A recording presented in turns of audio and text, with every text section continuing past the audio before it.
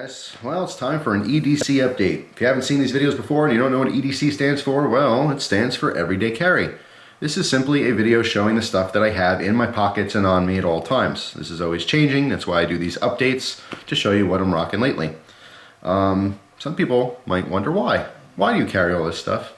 What's the purpose? Well, every individual tool has a purpose. These are all tools. They serve certain functions. Certain functions I use daily, certain functions and tools I reserve for future use, you know? So it's pretty self-explanatory most of the time. But anyway, let's get right into it. Let's talk about knives real quick. Folder has been the Mini Onslaught from Benchmade 154 cm, partial serrated blade, which I'm not a huge fan of, but I've been using it a lot lately. We'll definitely do a review on this knife. And by we, I mean me. Hopefully you'll watch it.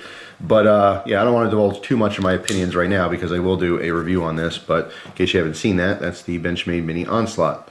Love the blade design, but again, just prefer, you know, plain edge. But 154 cm, Bob Lum design, pretty cool. I like it. As far as my neck knife, you'll notice it's a different neck knife.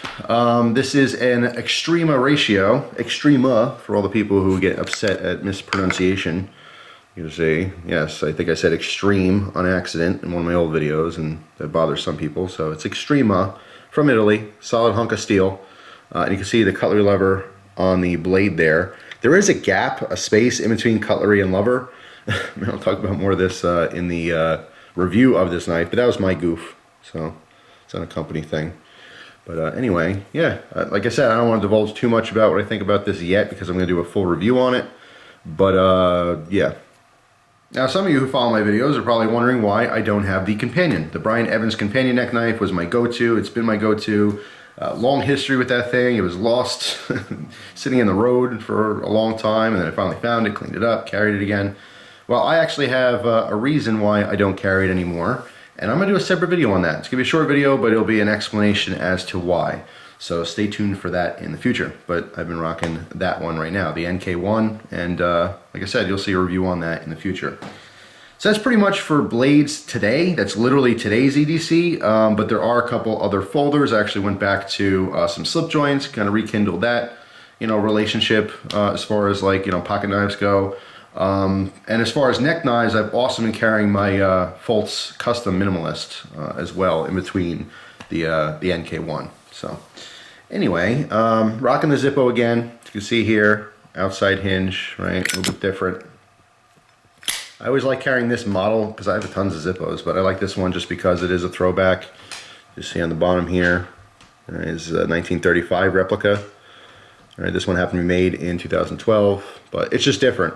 It's more squared off, and it just gets a little bit of conversation, right, when you go to use this. Because most times when I'm carrying a Zippo, I'm not using it for myself so much as just having fire available to me, but it's more so for you know, lighting other people's cigarettes, or someone needs a light for something, and I have one available. And they go, "Oh, cool, Zippo, I love Zippo," and they'll say, "Yeah, this one's different. I don't know, you know, is this a real Zippo?" That's usually what I get. And I go, "Yeah, it's a real Zippo," and I explain the whole 1935 design and stuff, and outside hinge before it was revised, and it's just interesting to me. I'm sure most people I'm talking to really don't care. They just want their cigarette lit. But hey, if you're gonna use my lighter, you're gonna get a story. You know what I'm saying? That's how I roll. So anyway, besides that, the smaller pilot watch from Maritac, still love this thing. I, you know, eventually want to do a review on this. I do carry it on and off all the time. I don't always show it in EDC updates because I don't have it on every day. More times than not, if I'm going out for the day, like to grocery shop, or, you know, go to stores or whatever, or if I have an event, I'm always wearing my watch. But like if I'm out and about around the house doing yard work and stuff like that, I don't generally have my watch. Obviously I can get my time from my phone. Now I don't have my phone in front of me right now. It is still the same old piece of crap to some people, amazing phone to others, because, you know, people carry a variety of phones and have a variety of you know, how much attention they put into their phone. Some people need the brand new latest and greatest, and some people still have an old flip phone. Doesn't really matter. To me, I'm not a phone guy. I do use Instagram and some different apps and stuff occasionally, but I'm not the person that's just staring at my phone all the time. Okay, I think, and that goes to show you how much I even care about my phone. I believe it is the Apple iPhone 5S. It's a hand-me-down, my wife's old phone. She is a phone person. She does use her phone every single day for multiple tasks, so I get it. She's into that. She's into tech, you know. I'm not so much. I enjoy it. I can appreciate it, but I'm not staring at my phone all day. I try to do other things. But anyway, yeah, so I don't have it in front of me right now, but it's the same old thing you guys have been looking at forever, as well as the wallet, saddleback leather. I actually recently had someone tell me that they bought this wallet and they absolutely love it. I love mine. You can see, I mean, it's very broken in. I'm totally used to the strap. I know some people said, oh God, I can't undo a strap each time I take my wallet out. It's such a pain. I'm just used to it. Now it's all smoothed out and stuff. It's good to go. And this thing gets tugged on every day, and it is still just as bit as durable as day one. No ripping, tearing, no seams coming apart, stitching, anything like that. Saddleback leather is definitely a big thumbs up. I like all their stuff there. But yeah, so that's that. As far as the firearm, you can see I had the Kel-Tec P3 AT. And someone recently asked about this holster. This is an Ace brand holster I got from Cheaper Than Dirt, like when I got the gun years ago. This thing was like $4 or $5, and I've been using it ever since. You can see it's perfectly molded to the gun. You know, super cheap. I do have a larger Ace holster that I used for my Glock 17 when I first had a Glock 17, and didn't like it. Honestly, it was an inside the waistband tuckable holster, so it had like a flap on the front here so you could tuck your shirt in, and you know, you were able to do that and still carry it inside the waistband. I just didn't like it, didn't carry well. But with the small little pocket guns like that, perfect. Do carry a spare mag with the extended little finger thing on the bottom. All right, because you know, more ammo the better, right? Why the gun? Why the small gun, right? Why the mouse gun? Why the pocket gun? Well, first of all, I have a gun. I have a gun everywhere. So that's a good thing. That should be a good thing anyway. But gun guys, for some reason, they just, you know, it's a big, you know what, measuring contest. It's, no, you don't carry this, then, you know, I don't know, man. Might as well just use your thumbs. What's the point? I'm good with that. I'm good with the fact that I have a gun. And the reason I'm using that gun right now is because it's warm weather season. Shorts. You know, I'm wearing basketball shorts right now. You guys can't see it, obviously, but, you know, try carrying anything over 15, 20 ounces with basketball shorts, okay? Unless you like a, you know, indecent exposure in public on your record, probably not a good idea. I do often, when I'm leaving the house and actually going out for more than a few minutes, I will wear cargo shorts with a belt. In that case, I can support the weight of a larger gun, and I have been actually carrying the Beretta a little bit more, the M9. But recently, that brings me to my next point, I got this. So this means, even with the shorts, I can start carrying my bigger guns, which is nice. All right, this is, if you haven't seen this before, this is a nice gun belt from Expedition. You see made in the USA here. I forget the material. Oh, it says right there, biothane. Biothane. So I used to have a gun belt like this, all right, and I might do a separate video on this because there's definitely things I like about it and there's definitely things I don't like about it, but I deal with because it's such a great belt anyway. But I had one, and since I lost weight, it was just way too big. And the problem is I have a second one that's way too small, okay? So I just chalked it up instead of waiting until, you know, I'm down to 120 pounds again, or 120 pounds, geez, 220 pounds. I just figured I'd go ahead and get another one that's an appropriate size, okay? So this is a 46, which it came with a sticker, but I wrote it in there so I wouldn't forget it. So size 46 at the biggest setting, and obviously as I lose more weight, I can keep bringing the notches down. And then once this gets too big for me, I do have a smaller one that will fit me.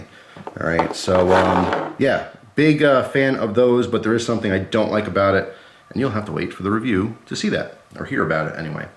So yeah, with a good supportive gun belt, I can carry more weight on the waist, okay? So I will be transitioning back to the larger guns.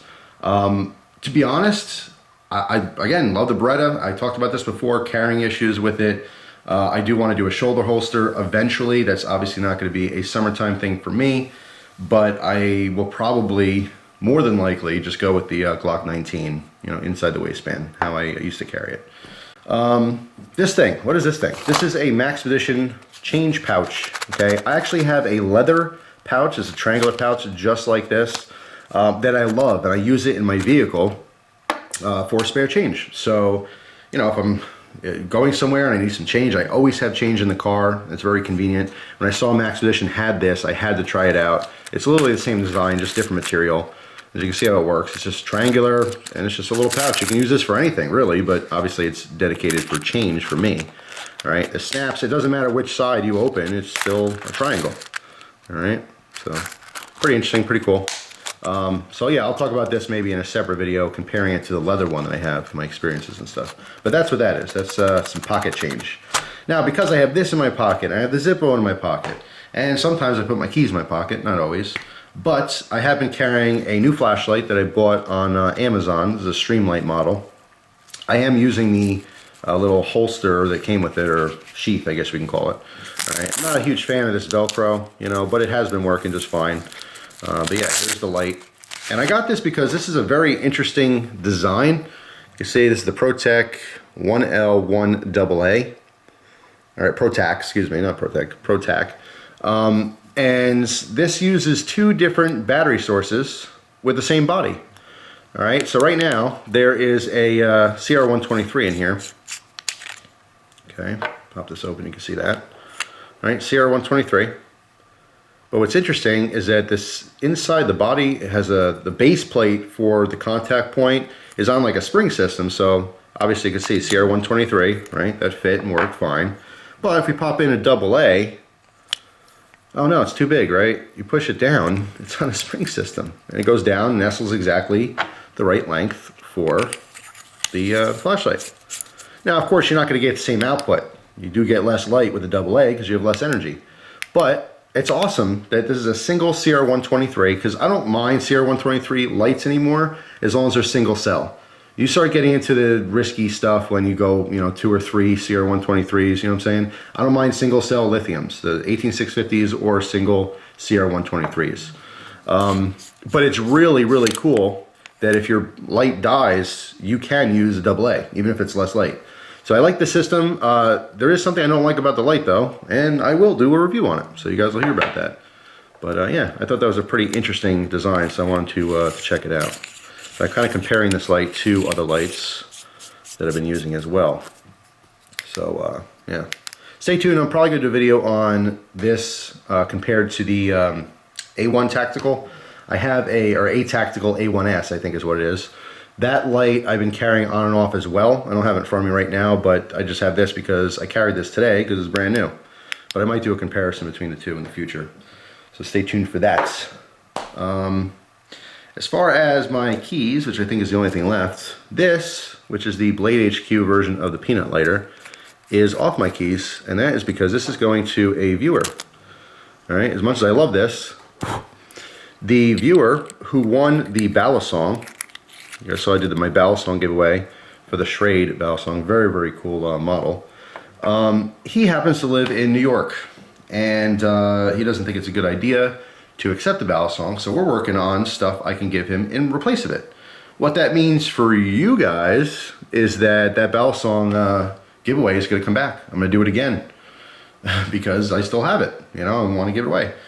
So yeah, you guys are going to have a second chance to win that Ballast Song soon, so stay tuned for that video as well.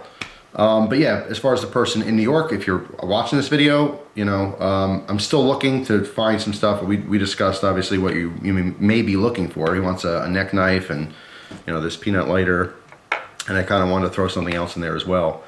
So we'll see. I'll definitely figure something out and hook you up. I have not forgotten about you. I have your address and everything, so it's just a matter of finding it, you know. It's all about time. Everything takes too much time. But yeah, I will hook you up soon with your package, and yeah, that's it. As far as the keys are pretty much the same. Still have the little micro flashlight here from CountyCom, which is friggin' awesome. Little pill container. I got a spare Zippo flints in here. Little crab claw, so I can hook this onto the belt loop if I need to. Handcuff key, because I keep a handcuffs in my car. This is the key that goes to the lockbox in my trunk. So if I'm ever traveling through you know, different states where I can't have my firearm on me, I can appropriately lock it up in the vehicle so I can transport it through state lines. My big old tag behind here is this shield shaped thing is actually just a tag for a kind of a clubhouse with different amenities that's by me. So that's what that is. And yeah, I mean, that's pretty much it. A couple oddballs. I do have the Swiss Tech tool, which everyone's seen. Let me show you that real quick. Everyone's seen these things. Looks like keys, but it's got a couple different functions on there. And then, of course, my glow-in-the-dark key fob and my car key. And that's pretty much it. So that, I believe, concludes this EDC update. So stay tuned for all the mentioned videos to come. I do want to do a lot more knife reviews soon, so stay tuned for that as well. I have some other videos that I want to post. They're already made, so I'm going to do knife reviews soon, but you may not see them for a couple days, whatever. But you know, I'm the knife guy. I will always do knife reviews. Occasionally people say, oh, hey, you still do knife reviews? Always. I will always do that, but I like mixing it up, you know? As much as I love knives, and trust me, I love knives. I have a passion for knives, and always will. But if I talk knives day in and day out every single day, I feel like I would never get bored. I could do knife reviews every day. I could do 3 or 4 of them every day. But I really feel like the viewers, just after a while, not everyone who watches my channel obviously is into knives. So I try to mix it up a little bit. That's why I do other gear. That's why I do flashlights. You know, that's why I do some vlogs sometimes, you know, nature videos. I got some footage of some beautiful birds the other day. I woke up way early and was scouting around, looking around, and just listening to the birds. And I decided just to film certain birds and kind of listen to their singing and stuff. And you know, to some people that's incredibly boring. They're like, ah, damn, I'm not watching something like that. But other people might be interested, you know. So it's all about versatility, you know, diversity. I like to change things up, you guys know that. But my point in my rambling here is that I will always do knife stuff, always. So don't worry about that. But anyway, thanks for watching. Down in the comments, please let me know what new stuff you guys got. Let me know what new blades you got, new gear, new flashlights, new wallet, watches, you know. Everyone's got different interests. So I'd love to hear about your new toys. Thanks for watching. Hope you have a great day, and I will see you soon. Take care.